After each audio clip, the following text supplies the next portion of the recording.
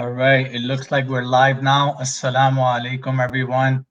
We just wanted to start with the name of Allah. Bismillah ar-Rahman ar-Rahim.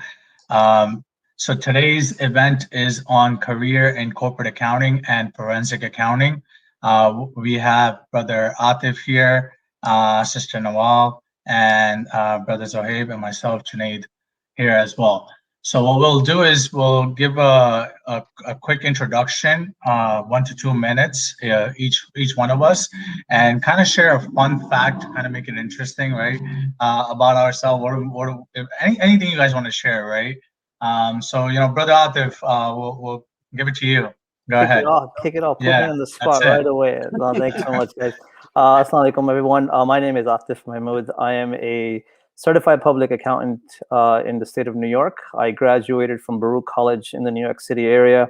I am the Senior Managing Director and Chief Financial Officer for AIG Investments. We're the investment division of AIG. A fun fact, I would say I have over 100 people reporting through me throughout the world. Oh, that's amazing, man. All right, we're happy to have you on board. Sister Nawal, you want to go? Sure. Assalamu alaikum.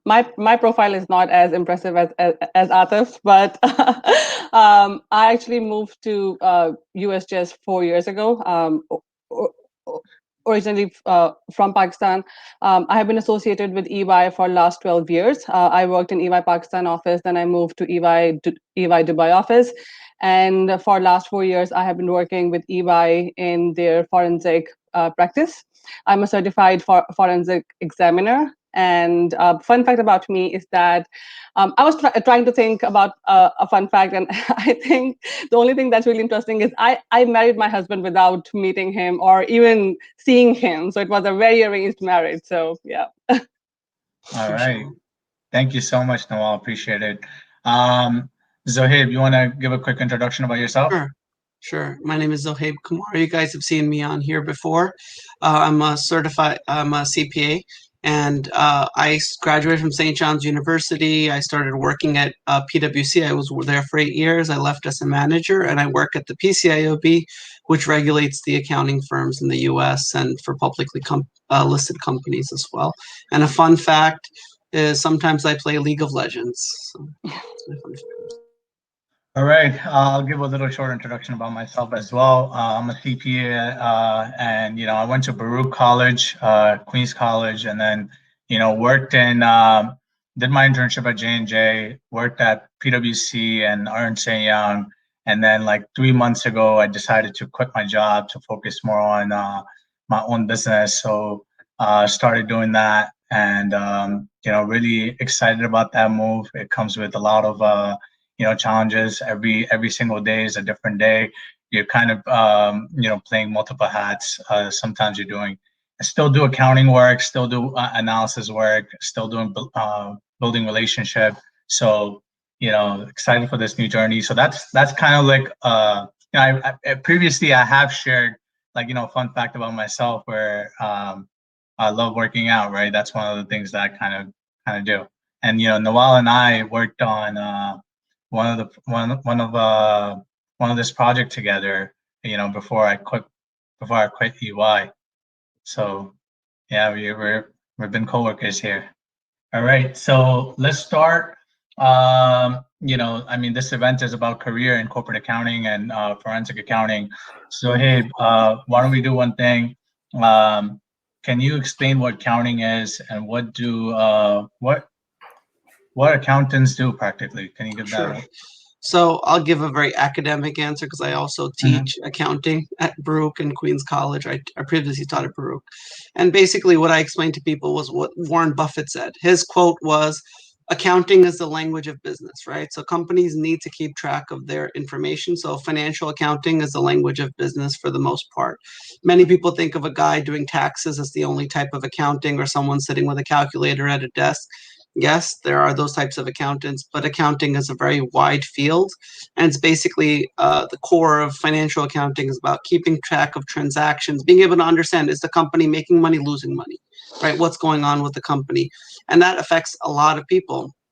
If those financial statements are not prepared correctly, the stock price will get affected. People who've invested their savings in that stock will get affected, and then all the other types of accounting that we'll talk about in a minute or so. So maybe Junaid, I'll bounce it back to you. What are the major types of accounting that are out there, right?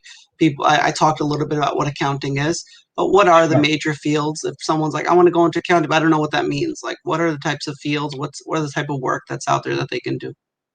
So there's, accounting can actually be categorized into different components, right? There is the auditing portion, right? So in auditing, you're basically every public company that you see, Johnson & Johnson, that is publicly traded in stock market, right? They have to be audited. So if you're working as an auditor, you are working on their financial statement audit every year. So in that case, every company needs to be audited every year. So as an auditor, you are making sure if a company says that they have $10 billion sitting on their sitting in their balance sheet, is that what they really have? If Coca-Cola is saying that they have $500 million in inventory, is that what they have? So that's what you're doing as an auditor. Then there's the second piece, which is taxation. So every company, a small business needs to file their taxes every year. If you're an S corporation, if you're a partnership, there's deadlines usually. For corporations, it is like 1 month before your individual tax returns. So in the tax field, you are filing tax returns for clients. So you could either be doing individual tax returns or you could be doing business tax returns. So that's the taxation component. Then there's the managerial accounting component. We'll get to hear a little bit more about that from Brother Atif as well later when we ask him more questions. But high level, you are doing budgeting, forecasting. You're working for a corporation. Think of it this way: for Johnson & Johnson, you're working in their accounting department, kind of doing, their budgeting and their financial analysis. That all comes under the managerial accounting as well. And then we have advisory as well. So in advisory, you are basically, a lot of times, companies, they engage accountants to help them with their bookkeeping, or they hire companies like Ernst & Young or either Big Four or mid-sized firms to do their to ask them, hey, there's a new accounting guidance that comes out. They will help them with implementing that accounting guidance. So that's what you do in advisory. So there's a lot of high level, there's different fields that you can go into, but that's on a nutshell. All right, so now we'll actually go to Brother Atif and we'll ask him, CPA, what does it mean if you're becoming what does it mean to be a CPA? And if you want to actually become certified, how do you become certified as a CPA? Sure. And look, every time you talk about an accountant, people keep saying, "Are you a CPA or not a CPA?" And I think it's one of the things that gets added onto your title if you are going into an accounting. Look, CPA is a designation that is granted by the state that you're in. It requires a certain amount of credits that you must obtain from your college degree. It used to be 4 years, but now they've added a 5th year. Now, then you have to do a full 5-year of college, get a BBA in accounting, and then really sit for the exam, which is usually 4 parts. In the past, it was much harder because you had to pass at least 2 to be able to go and get the 3rd pass done in a row. Now they made it though you can take 1 at a time, and as long as you keep passing 1 at a time, you basically get through. It used to be offered twice a year. I think now it's offered every quarter. So I think they made it a little easier in terms of when they offer these exams. But what it really does is once you actually pass these exams and you actually become a CPA, there's 2 years of an experience that's required after you pass the exam for you to get your certification and get your basically designation to be a CPA. What that allows you to do is basically it gives you the authority to sign on a financial statement for someone, right? And that is very important in the public domain. A lot less in the private domain, but more in the public domain, where if you're working in one of these big 4 companies, if you are becoming a senior manager or a partner or anywhere else, you require to have a CPA license so you can actually physically sign on a audited financial statements for a company. I think that's really what a CPA designation kind of gets to you. Thank you for that. We'll also, certified product examiner, right? We have Nawal here. Nawal, could you highlight what does it mean to be a CFE, right? And how do you become a CFE? Sure, Junaid. So CFE is also a 4-part exam, and the requirement is similar to CPA, that you need to have your undergrad, and then you need to have a certain number of years. I think it's 2 years of experience in auditing or accounting, and then you need to pass a 4 exam. But the good thing about this is that you can take your CFE exam anytime during the year, and you can also do it in one go, like all 4 parts on one day, or you can take it one by one and take it like, each part every day. I think I did it like once every week, and in 4 weeks I cleared my exam. It's like accounting, auditing, IT, and then civil and criminal law. So these are the 4 parts of CFE. All right, sounds good. So I think, Zohaib, do you want to add anything for CPA? No. I think you guys covered it really well in terms of the basics of what a CPA is. And the only thing I'll throw out there is not everybody needs to be a CPA. When you graduate, I have a lot of accounting students like, should I get my CPA? Do I need it? A lot of parents, their kids are accountants. They always a CPA, and people assume they do taxes and stuff like that. But you don't need a CPA for most of the careers in accounting. And especially, and most accountants are not doing tax. So that's the other caveat I want to throw out there. It's the misnomer. Whenever I tell people I'm an accountant, oh, so you do taxes? My taxes are coming up. Can you do my taxes for me? I say, no, I'm an auditor. I'm not a tax person. So that's the other stereotype all the accountants get. That's it. That's what I want to address. Yeah, and just to add to that, I think Brother Atif also mentioned, right? Having a CPA can also, having any kind of certification, right, can kind of add a value to your resume, right? Just like even at companies like Ernst & Young or even at PwC, if you're looking to go towards the public accounting route, where you want to be an auditor or you want to be a consultant, in order to get promoted to a manager or even in some cases a senior in some of these companies, where you need your CPA, and having a CPA sometimes can actually help you with getting a job as well. But that's depending on which field you go to, because there's definitely different type of accounting fields that are out there, right? Yeah, so I like to, especially kids who are hearing us and trying to understand this. Look, accounting is just an overall arching title to a multiple fields, right? Just because you're an accountant doesn't mean you do debits and credits. Just be very, very clear, right? In just corporate accounting, I can tell you there's 13 different fields in accounting, right? And then you can say, what do you mean? I mean, there's special teams for FP&A, which is financial planning and budgeting. There's special teams for tax accounting.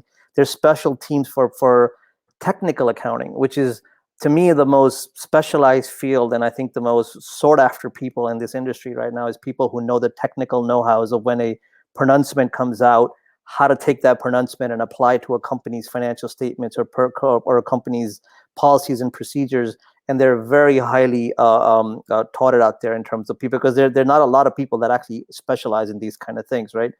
Controllership, SEC reporting. Not every company has SEC reporting, but anybody who does an SEC reporting, they're very specialized people that do, and they earn a very high salary. So when you say in accounting, it's just not like, okay, there's one guy sitting there doing kind of debits and credits and nothing more. No, it opens you up to vast amount of opportunities, which is not just one specific thing. You can, like I said, I can name you 12 or 13 different ways you can be an accountant or have something specialized in an accounting throughout an organization. Yeah, definitely. Thank you for that, Brother Atif, for chiming in there. Next question is for you, actually. Corporate accounting, right? You work in corporate accounting. Can you tell us more about what is it like to work in corporate accounting? Elaborate more on that. And, what do you do on a day-to-day basis, right? You're managing 100 people, man. How do you do it? And I'm pretty sure it's tough. How do you do it? Look, so just lay out what we do in terms of what is AIG Investments. AIG Investments is the investment arm of AIG. We manage over $350 billion of AIG's money, right? When you say we manage $350 billion, what do we do with that money? We basically take that money and we invest it in different asset classes. We invest in real estate, we invest in private equity funds, we invest it in hedge funds, and we generate about 12 to 13 billion of income for AIG on an annual basis just from our division, right? which goes all towards their bottom line from an earnings perspective, which kind of allows them to kind of run through their financials. What do I on a daily basis? Like I said, we have a very I would say cyclical calendar that most of us have, especially on a public company, where every quarter you have to report your earnings to the street, because we're a public company. We have shares that get traded. We have to be audited on an annual basis. Every quarter gets audited by PwC, which is our auditors. And we have to work towards getting these financial statements of all of our investment advisors and together. As we launch funds, we got to make sure those fund accounting happens on the same time to be able to get these things done.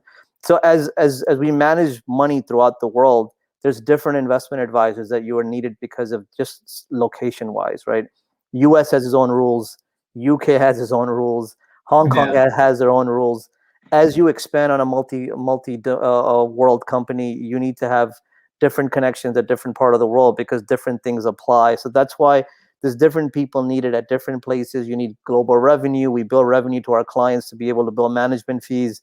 We manage people. We hire, payroll, accounts payable, vendor payable, all those things, which is, to run a multi-dimensional company, you would need. And we basically do that on a day-to-day basis to make sure that on a quarterly basis, we can put together consolidated financial statements for AIG.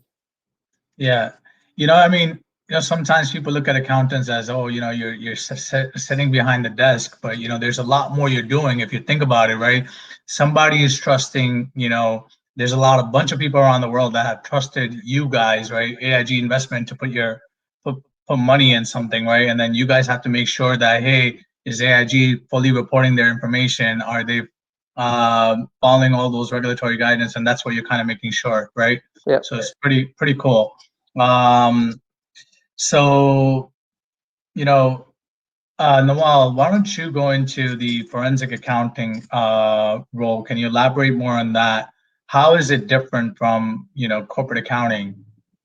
Sure. So just to give you like a quick background, so my whole career actually is with EY. So it's been 12 years right after college, and I don't have any experience outside of audit firm. So I did started as an auditor. So I did work on audits and a typical accounting work that people expect anyone who is studying accounting to do. But just like so, it's a good thing for people who are listening, is that it's not only about debit and credit, and it's not only about doing auditing and taxation, like Atif and Junaid, you also mentioned. So when I spent maybe 4 or 5 years, I realized that it's not something for me, and I wanted to do something different. And in audit firms, there's a lot of different practices that you can choose, and they will give you a very different experience. So I decided to join forensic accounting, and we do different kind of investigative work. Within forensic as well, we have different sub practices, and mine is investigation and compliance. So I worked on a lot of investigative projects. Most of them were anti money laundering. So people who are listening, they would know that a lot of banks basically hire audit firms or external firms to come and do anti money laundering for them. It's a lot technical things that you get all the data, and then you run different tests to see if there is any money laundering going on in those banks.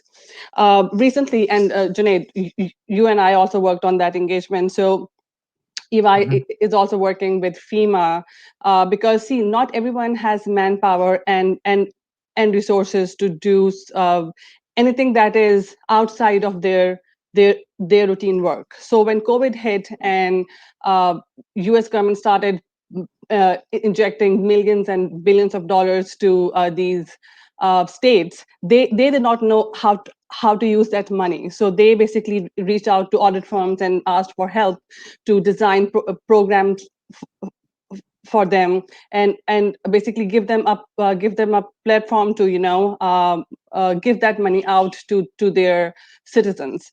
So it's a lot different things that we do as a forensic accounting. It also includes a factor or a part of auditing, because as a forensic accountant, you are also doing kind of auditing to make sure that things are under control, and there is no fraud going on.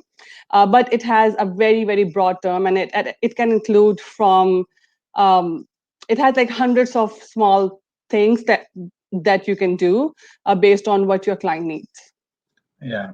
I remember, Nawal, when we were working on this project together, right? You were approving, for small businesses, like anywhere between $10,000 to $50,000, right? So there are a lot of businesses that were struggling as well, right? So it's pretty cool that, you are kind of like the point of person that is kind of saying, hey, yeah, this person actually qualifies to get the $10,000 or the $50,000, and you kind of overseeing that project, right? So you can say, hey, somehow somewhere you were kind of giving back to people who were impacted by COVID, right? And that's what it is. It's like is how you make in any projects that you work on, and it's like, hey, you got to find something that motivates you, and kind of like, oh wow, I am making a meaningful impact, right? So that was pretty cool. So yeah, so hey, do you want to kind of go into what do you do, right? Working, because you're an inspector for a regulatory agency, right? PCAOB. Can you elaborate more on that and tell us what is it like working as an inspector for, and kind of making go into that. Sure. Hear from you. So my background is similar to Nawal's. I started right out of college at PwC, which is one of the big four accounting firms. And for those who don't know, they're four large accounting firms in the world they're recognized, they're multinational.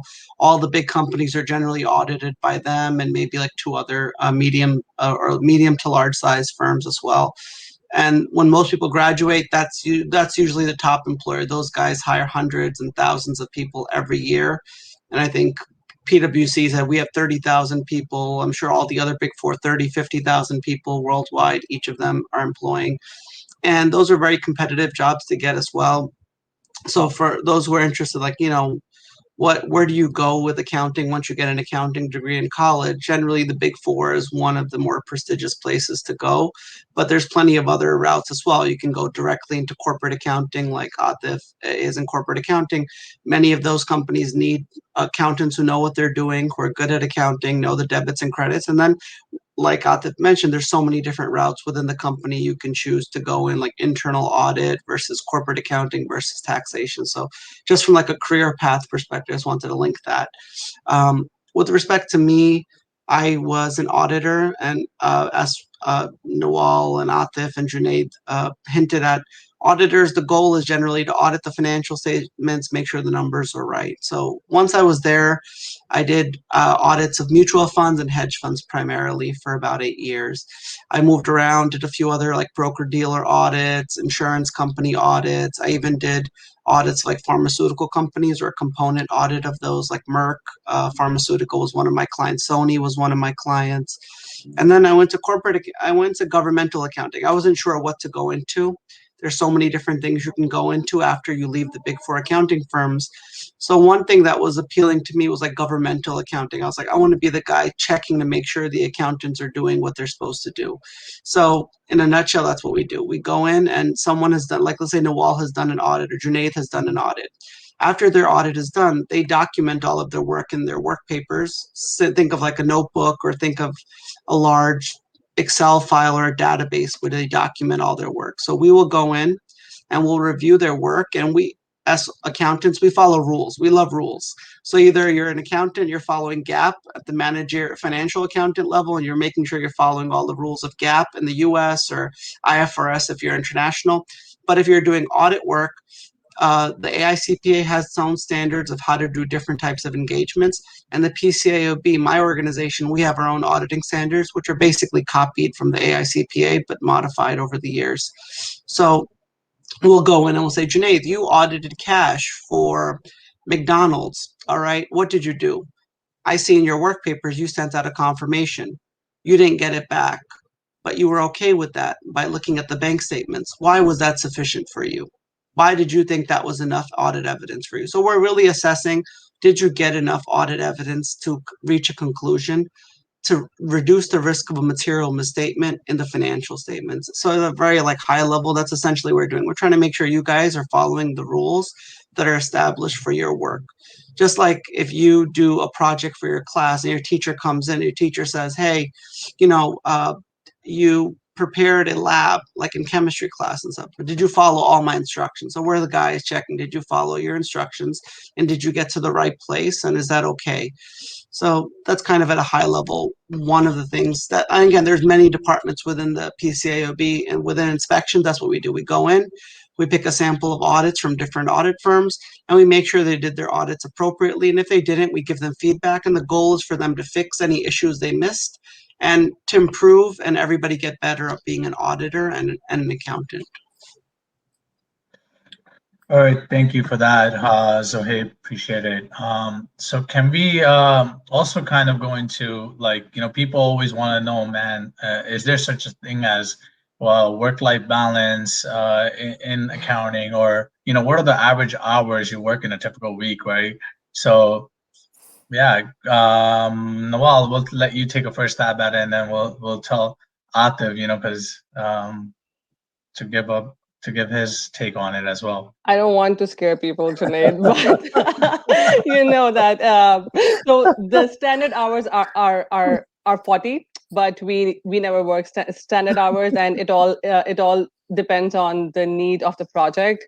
And I think everyone should be flexible. I know that some people really just say that no, this is 8 hours per day, and I just want to stop right there.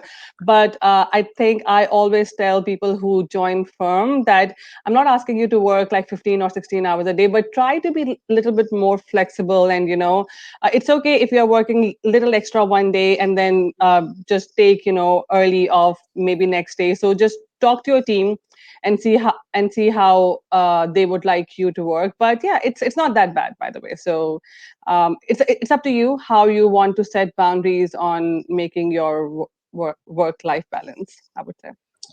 Before we go further, I wanted to just address a comment that somebody had about I think it's a sister, she's seeking careers that are halal Islamically and stuff, and she wanted advice on that. So let's just address that question. Is working in accounting a halal job generally, like from your understanding of the role? I know it's going to get complicated. None of us are scholars and stuff like that. But for the most part, are accountants and jobs in accounting permissible from your understanding, your own knowledge? I'll turn to Junaid first, and then everybody else feel free to jump in. Yeah, I think as long as, it's pretty halal, right? That's what, I used to work at a convenience store where, the stuff I used to sell, and then I used to also work at a bank, right? And then part of what motivated me was, hey, I became if I become an accountant, right? Then I'm like, doing accounting. I mean, I'm making sure that, companies are reporting their numbers correctly. And some of it is like kind of like using your own judgment, right? It's pretty halal from my perspective, and that's what always motivated me to kind of push myself harder to work in that role. And I use that as a motivation to also, part of it also as a motivation. I mean, there were several motivating factors, right? That was one of the reasons why I'm like, you know what, I need to push harder. I really don't want to work at a place where it's not kind of halal. I'll rather do that. So that's one of the reasons why I became an accountant.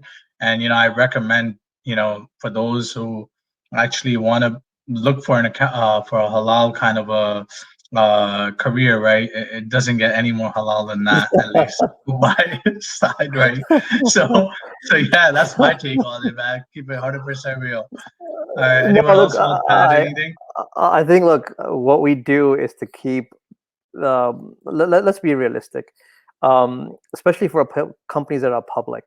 What we do is we ensure that the numbers that are reported are accurate. What we do is we make sure people aren't lied to, people aren't cheated to in the market, where we're doing fraud on our financial statements and then driving up our stock price, and someone's relying on these numbers to be able to invest their life savings and trying to be defrauded, right? So our job is really to make sure no one's lying, no one's frauding, no one's cheating. The numbers balanced, the financial statements are good. I mean, you can't get more halal than that to be able to say that we are technically here to prevent companies from lying to shareholders about the numbers. So when someone out there is making an educated decision, they're making it on reliable information rather than just a made up balance sheets. And it doesn't mean it doesn't happen. You know, it happens. We've seen Enrons, we've seen all these other things that have happened. It happens, but 99 point of the largest companies out there and a lot of the auditors that are out there, you know, can hang their head on things saying like, you know, we've done the best we can to be able to ensure that the numbers are true, they're factual, and they represents the actual performance of the company. So people who are investors out there are not defrauded by any of these management companies. Yeah. Nawal, you want to add anything? Nope, I just agree. It can't get any more halal than this, that you are helping people. You nailed it, man. You nailed it. I think we don't need to take it any further, right? All right, so let's go to our next question, right? Everyone, you know, I mean, we're in New York, man, or, you know, I think majority, all of us are in New York, but, you know, pay is a big factor, right? And, you know, everyone wants to know, hey, what is, how much am I going to make, man, you know, working as a CPA or as an accountant? So, you know, so Atif, do you want to take a first stab at that one? Sure. What is the average pay like, and, you know, what is it like?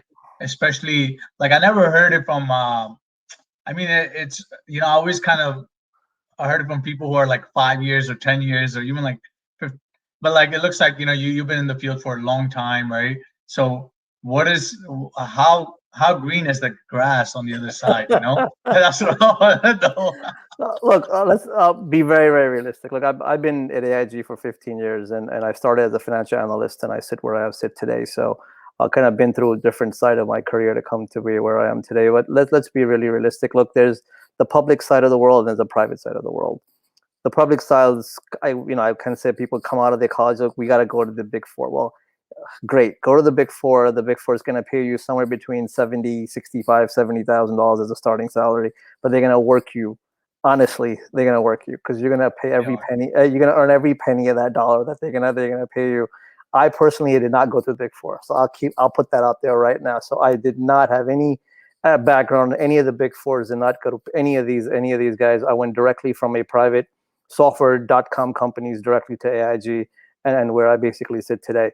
On a private company, we do a lot of, there's a lot of companies that do analyst programs, which is like right out of college, they do a 2-year analyst rotational program where they'll rotate you in and out of different places to kind of get you to see, okay, where do you really want to sit and what happens there. Most of these analyst programs are coming in somewhere around $75,000, $80,000 as a starting salary, and for most of these accountants. I think after 4 or 5 years, I think you can actually get to easily 140, 150 without a problem. And I can tell you there are finance people out there that make a hell of a lot more than even doctors will ever make in their lifetime.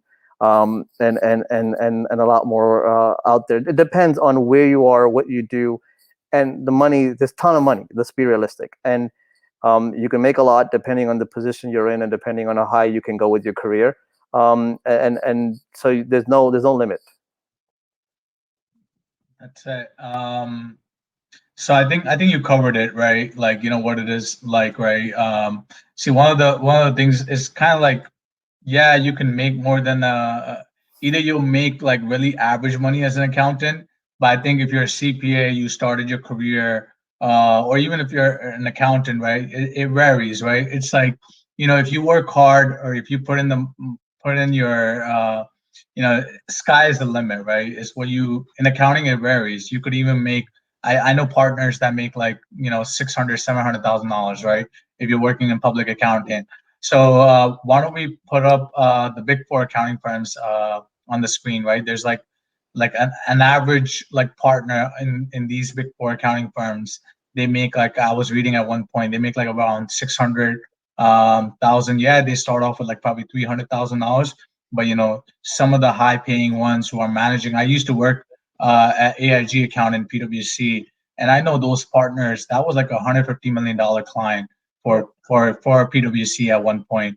And I know these partners, two, three partners, were just caking it. There was like they were probably making like $2 million, each probably, right? So it varies, right? So I had 2 slides. Can I try to share them? Yeah, sure. Go ahead. Let me share them really quickly. 1 second. Yep.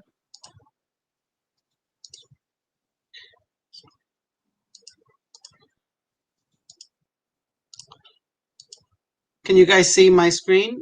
Nope. Yep, I can see it now. Okay. So basically, if you look at the statistics in the Bureau of Labor Statistics, they put these statistics out every year. There are about 3 million jobs in accounting. So if anybody's looking for a stable job, right? Many people graduate with a bachelor's degree and they can't find a job in their field. Accounting has a lot of jobs out there, and the pay will vary. But you can make up to $100,000, especially in the New York area after 5 years or so. And here, just an example of like the types of jobs that are out there. So like actors, there's about 157,000 people in the US claiming to be actors, producers, directors. But if you look at accountants and auditors, 1.1 million across the US.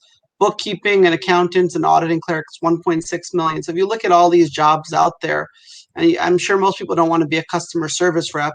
There are a lot of those types of jobs where you're just doing some type of customer service work.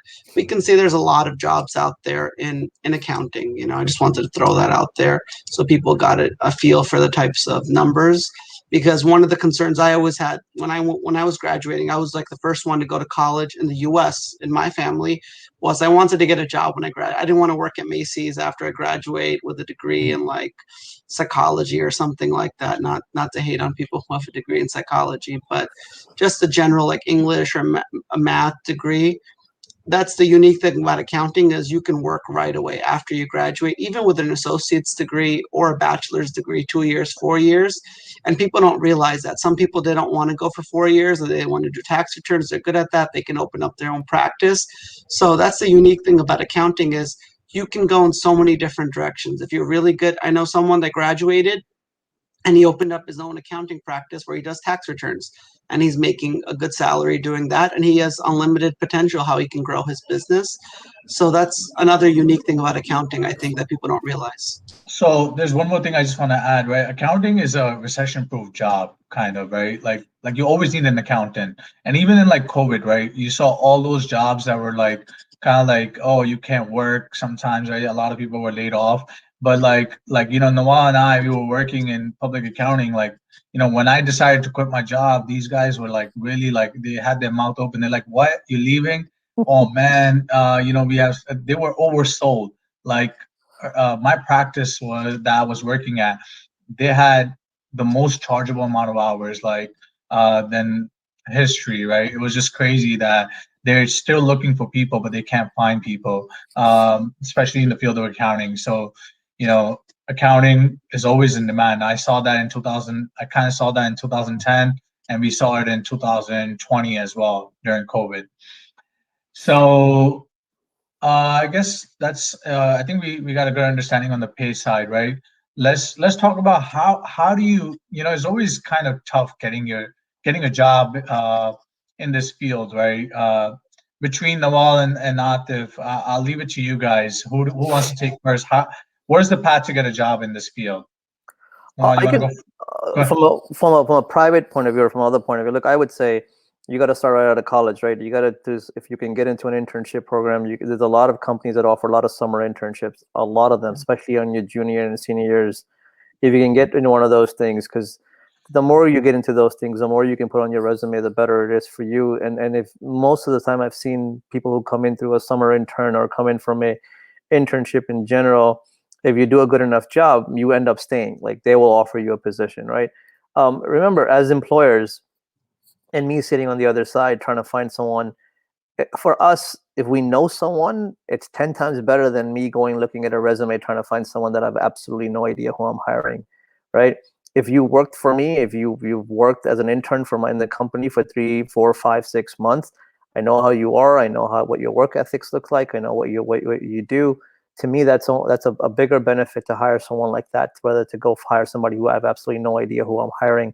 But look, realistically, like I said, many colleges, like I went to Baruch. Baruch had job boards. They had companies that come and recruit at Baruch. They have companies that come in and specifically hold career fairs at Baruch, right? People need to be able to utilize those things. And when you pick a college, make sure that you pick a college where your career and that career has a good high reputation for that college, right? You're not going to get a science person coming in trying to recruit in Baruch. So please make sure that that's an important thing that you should understand, that if when you pick your major, you pick the right college for your major. Nawal, do you want to add anything? Yeah, so I know that for the audit firms, we do a lot of campus recruitment, and I was also part of some of the initiatives that we did. So in each city, they go to all the colleges, not all, I would say, but most of the colleges, and they do they collect resumes, and then they do their recruitment based on that. We also do a lot of experience hires. So it's not that if you did not get into any audit firm right after college, then there's no way for you to get in. Even if you have 5 or 10 years of experience in any other like outside of the firm, and now you have decided to join any audit firm, you can. There is a procedure that you submit your your resume just like a normal, in any other firm. Sorry, any other company. But as long as you have the right experience and you have the right qualification, you are eligible to get into even after getting experience. So I want to add something here because, just want to share something with you guys, right? Like I always want, right when I was in college, I had my mind, hey, you know what? I'm going to work for Big Four, or I'm not going to work for anywhere else, right? That was my mindset. I knew that if I started at Big Four, this will be like a good career start for me. I got rejected multiple times. I got rejected first year by one of the KPMG, I believe. I went through first round of interview, didn't get it. Second year, I also got rejected. I didn't get it. Third year, I said to myself, you know what? I'm going to give my 100% in. It's like, how do we give my 100% in? So, I was going to on-campus recruiting, but, there's 4,000 other students that I went to Baruch as well, right? And they were also kind of like, sharing their resume. My GPA was up there too. How do you make yourself different, right? Look, a lot of people don't work on this one thing. Marketing is really important. All right, you spend $20,000 a year for your education, and you put in the countless hours, or even like $5,000. It varies, right, wherever school you go to. But a lot of people don't spend that time in marketing. So what I mean by marketing, right? That third year, what did I do differently? I had 6 interviews. Out of those 6 interviews, 2 of them, I ended up getting an offer at. Was I went to Ascend a career fair. I went to NABA's career fair. I was involved in NABA. NABA is the National Association of Black Accountants in my college. So when I went there was this NABA Eastern conference that I went to. When I went there, they looked at me, oh wow, like you're the only person like from Queens College. I say at that time I was doing my graduate studies at Queens College, and that kind of made me unique. I also passed 2 parts of my exam. So when I went in my interview, or even just by being there, right, at NABA, right, that one night when I went to their career day, right, I had 6 interviews lined up the next day. And out of those 6 interviews, like almost 4 of them resulted in the second round interview, and then 2 of them ended up giving me a job. So I ended up taking Johnson & Johnson and PwC. So, I really believe in this concept that, hey, you got to talk to the right people at the right place at the right time. I follow this concept also in my own business as well, as I try to grow my own business. And, I'm currently in the electronic business, and I cater to clients in national and overseas as well.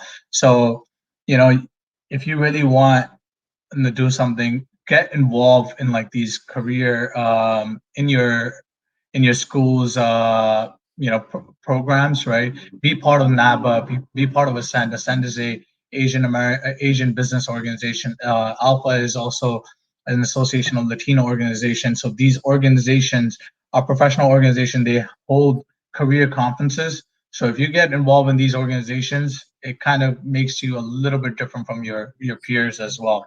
And yeah, that's just marketing. That's Look, I important. think like I've talked about this with a lot of Baruch students before.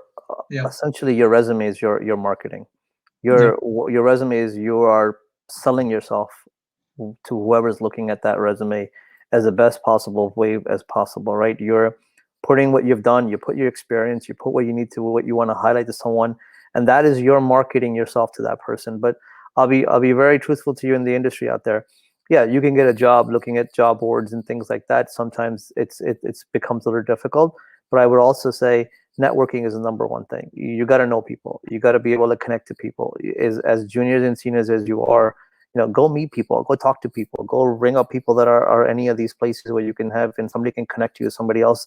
Not just learning about the profession, but just if you know someone and someone knows you, if something comes about, somebody will think of you. Somebody will recommend you. You can ask someone to recommend you somewhere else if someone knows you well enough.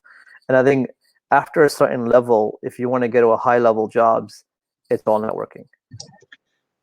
Yeah. So one of the things that just to kind of share with you guys, right? Like, I simply do one thing, right? I'm like, I'm brother Atif, I just met like, like 5 minutes before the session. So I was like, brother Atif, I really want to meet you, man. Let's grab some coffee together sometime, you're in Long Island, right? Let's exchange thoughts. Just like that simple thing, right? That you do. And I want to learn from a guy like Atif, right? And then be like, oh, if there's something that you can always learn from another person just by simply saying, hey, do you have some time? And and that can go an extra mile, right? Sometimes that person could share something with you, and that could be your next career, right? So yeah. I just no, I think that's Other a good point. questions? I just Yeah. wanted to add on to that. Yep. I would Go ahead. say another, well, we'll address the question in a second. I think one other thing is, in our Asian community, sometimes we're shy to speak up and ask questions and be willing to have one-on-one conversations with people for networking purposes. But in accounting and any business field, that's very, very important for us to get over that shyness and say, the boss will come to me when he's ready to tell me what I should work on. If you're bored with the work you have, you're already exceeding it, you're finishing it, you need to speak up and take credit for the work that you're doing as an accountant. And you need to speak up in terms of what you want to do. Where do you want to go your career? Where do you want to grow your career and stuff? So once you start working in accounting, it's the same skill set is very important of continuing to build your career, finding mentors, finding advice, seeking out guidance. Like when I started working, I got stuck on the most boring job in accounting, doing confirmations. I was stuck doing 300 confirmations for 3 months one time. And they're like, you know why you were stuck doing that? I said, no, I don't know why. I thought I was doing well this whole year and I got stuck with this. This is like usually the garbage work that's given to somebody. They're like, no, this was given to somebody else first. But she spoke up and she said, listen, I went to Cornell University. I didn't graduate Cornell to come do confirmations. I want to do the hard work, the Exactly. valuation work. And I said, I didn't realize these conversations were happening behind the scenes. I didn't know I could speak up and say, I want to do confirmations. So, learn to find your voice, learn to figure out, what am I doing? Why am I doing it?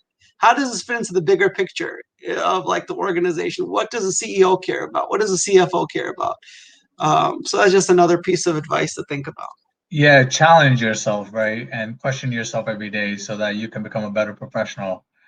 So we have a question from Reham. So can we put that up? Is it easy to find a job in accounting if your degree is from outside of the US, like India or Pakistan? Nawal, do you want to take that question? Sure, Junaid. So yes, I do have degree from Pakistan, and I'm working in US. I know that it's little hard for you if you don't have your graduate or master's degree from US. And a lot of people, when they come or when they come to these countries, they basically e- evaluate their degrees from back home, and then they join the college again, and then they do some more courses and get degree from here. But you can also work based on your degree from the other countries. It's definitely possible, and I'm a live example of that. I'll add one thing to that if I can. I knew one person, my friend, my cousin, he had a friend who's coming to the US from Pakistan. He said, I'm looking for a job. Yeah, can you help me out? Find my friend a job. So I said, all right, send me his resume. I'll forward it to HR. But his experience was so strong, even though he had an education from Pakistan, his experience in working as an accountant was so strong and they needed somebody with his background. They're like, yeah, we'll interview him. So it also depends. Like, are you fresh out of college and have no work experience, or do you have work experience that's relevant for the industry and is a good skill set people are looking for? Then you're more likely to get hired. So that brings me to another point I wanted to raise. We have about 10 minutes left. So one point I wanted to raise to ask you guys was about technology skills. What type of technology skills do accountants need? Like historically, if you're not going to work in IT, people forget about technology skills. They say, I want to know my debits and credits. You guys are working in the industry. What technology skills do you expect new hires to have? What should people who are in college right now, who are like doing accounting or thinking about accounting, what can they do now? What are things like Excel or QuickBooks? What are some things they should learn and get better at that will help them in their careers, rather they go into accounting or any other business fields? So I'll throw it to Atif first. I think, look, I think all of that really depends on what you have from an experience perspective, right? At the end of the day, the experience is what we look for. Experience is what really matters.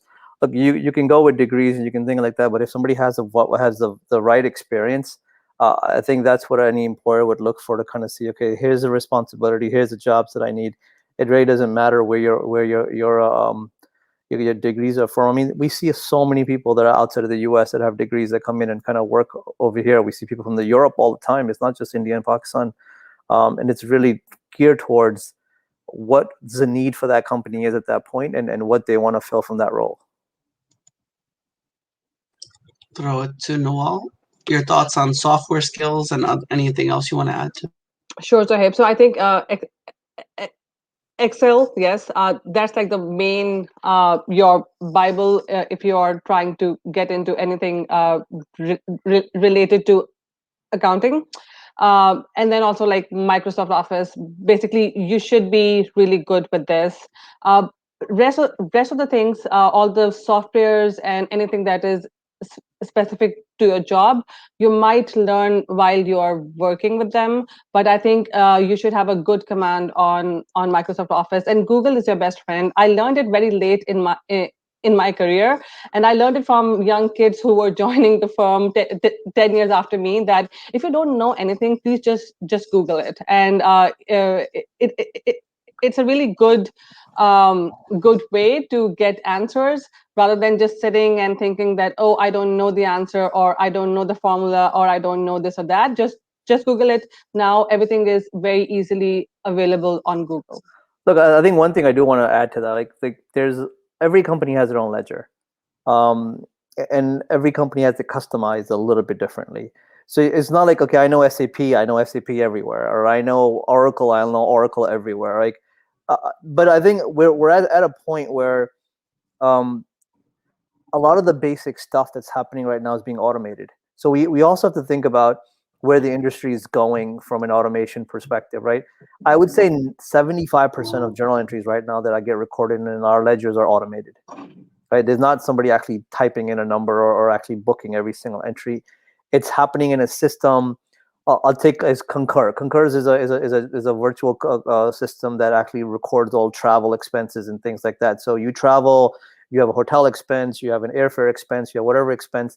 It links into SAP, and on a monthly basis, on a daily basis, it shoots in entries directly into your ledger, right? So there's a less and less dependency on people actually knowing booking entries and things like that. And there's more and more analysis and more on financial analysis, analytics. That is where the industry is going. It's going towards someone who can look at a financial statement and say, what does it mean? Like, what does this line item mean? What does this number mean? What is this number? Why did this number move? What happened month over month? What happened quarter over quarter? Those are the kind of things where the profession is going towards.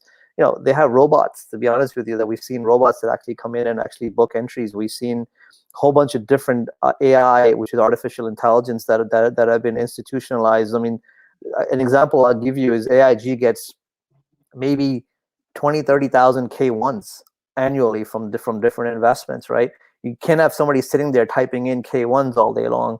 They've actually deployed robots that work 24 hours, 7 days a week, that just scans the K1, types it into the SAP, and away we go, or type it into the tax systems, and away they go. So these guys are working 24/7, and they're not really human beings. They're like artificial intelligence, but someone's actually reading K1s and just pumping it into these tax systems. So a lot of that is happening in the industry. A lot of innovation is coming through. You need to be able to make sure that you can stay with them and have something unique with you that you can able to represent to your employers. So, I was working on a few projects as well, right? And, what I've noticed over the past 6 years working in public accounting, you just have to be adaptable, right? Because, when you're working in different kind of clients, right, you just have to be adaptable to changes. So there was a project that I was working on, what Brother Atif said was relating to, typing in K1s, right? So there's a software called Python, right? And Python kind of helps you with, doing like these cool analysis in Excel, as long as certain things are structured a certain way. So like now the industry is a little bit turning towards Python as well. So I know if that's the language that your company uses, maybe is a good, and you're working on financial analysis or financial reporting, right? And you want to cut hours for your company or any project that you're working on, that's a good language to know. The reason why I share this example, right, adaptable in general, is because let's say Python is what it is today, right? But maybe 2-3 years from now is something else, right? Just kind of like adapting technology and accounting kind of goes a little bit hand in hand. If you have that a good additional skill set, it kind of helps, right? And if you're that tech type of person, maybe you want to study that kind of study that language as well. It could help. So Zohaib, I think we're almost like we're like 5 minutes into our almost 3 minutes, right? I like to end by in a way that maybe that one advice that each one of us can kind of share with high school, college students or young professionals that you feel like, hey, this is that one advice that that may be helpful, right? We'll start with Nawal this time. Go ahead. Sure. So I think my biggest piece of advice would be networking. Keep your network open. Try to talk to as many people as you can. Get different perspectives. And there's no shame or there's no shyness in asking people if they are available for a coffee or lunch or just like for a quick chat. That will really help you to land your first job or your career, or to get like a perspective of where you want your path to be. All right. Zohaib, you can be next. Sure. My advice would be on-campus recruiting. That's one of the most powerful tools to get a good job right after you graduate. A lot of people don't sign up for it, and it's a really, really great program. All the business schools offer it. They come right to your college and they interview you right there. You're not competing against people with 5 years of experience. Don't forget to do that in your senior year. And it's going to be in the fall of your senior year, so don't wait till the month before you graduate to try to figure out how to apply for jobs. You have to apply early for internships and then try to get those full-time jobs. I think what both of you said kind of resonate with everything that you guys have said. I think one thing people need to hold true is if you pick accounting as your major, you gotta make sure that you want to do this, and you got to be able to do things that you like to do. Like nobody wants to get a major that they're going to be bored out of their mind 10 days into it, because they're going to have a miserable time sticking to any jobs. If you're going to pick a major, you're going to take some of these courses in your first 2 years of your college. You're going to either have to like this stuff and you're going to find it interesting, or don't do it, right? Because we find people that you're gonna have to love your job to be able to do this and be able to excel in this stuff, and we see it across the board, right? And my advice to you guys would be, if you're gonna do this, take an introductory courses, see if you like it, and every major is gonna require accounting 101 to be learned. Even a business major, finance major, whatever major, they all require accounting 101. Take it, see if you like it, see you like the concepts, and then make a decision of where you want to go. I'll just say thank you, Brother Atif. I'll just say, the importance of, talking to the right people at the right place at the right time. So that means, even if you have to kind of go out there, network, and be part of an organization, to talk to the right people, do that. And then, and that makes a difference, right? Just, being out there, networking. So that's how I will that's what I will share with the students and young professionals. Perfect. And you guys can actually reach out to each one of us, as well. If you guys are okay, you guys can also connect with us on LinkedIn as well, or even like reach out to us via email, muslimyouthmentors@gmail.com, and we will be happy to connect you with either Nawal, Atif, or Zohaib, or myself. We would love to help. That's why we're here, right, guys? So Absolutely. Thank you so much, guys. Thank you for hosting. Yeah, and then before we go, I just wanted to remind everybody next week we're going to have our session at 5:30 p.m. on Friday, and the topic will be IT Part 2. So we did one aspect of IT. We'll go into more detail about careers in IT. And I wanted to thank Atif and Nawal, Junaid. Thank you. And then Majid Hamza for helping us organize this event. And thank you, everybody, for joining us. Thank you so much. Thank you, guys. Thank you so Appreciate much. it. Thanks, guys. Everyone. Okay. Thank you. Hafiz. Okay, Hafiz.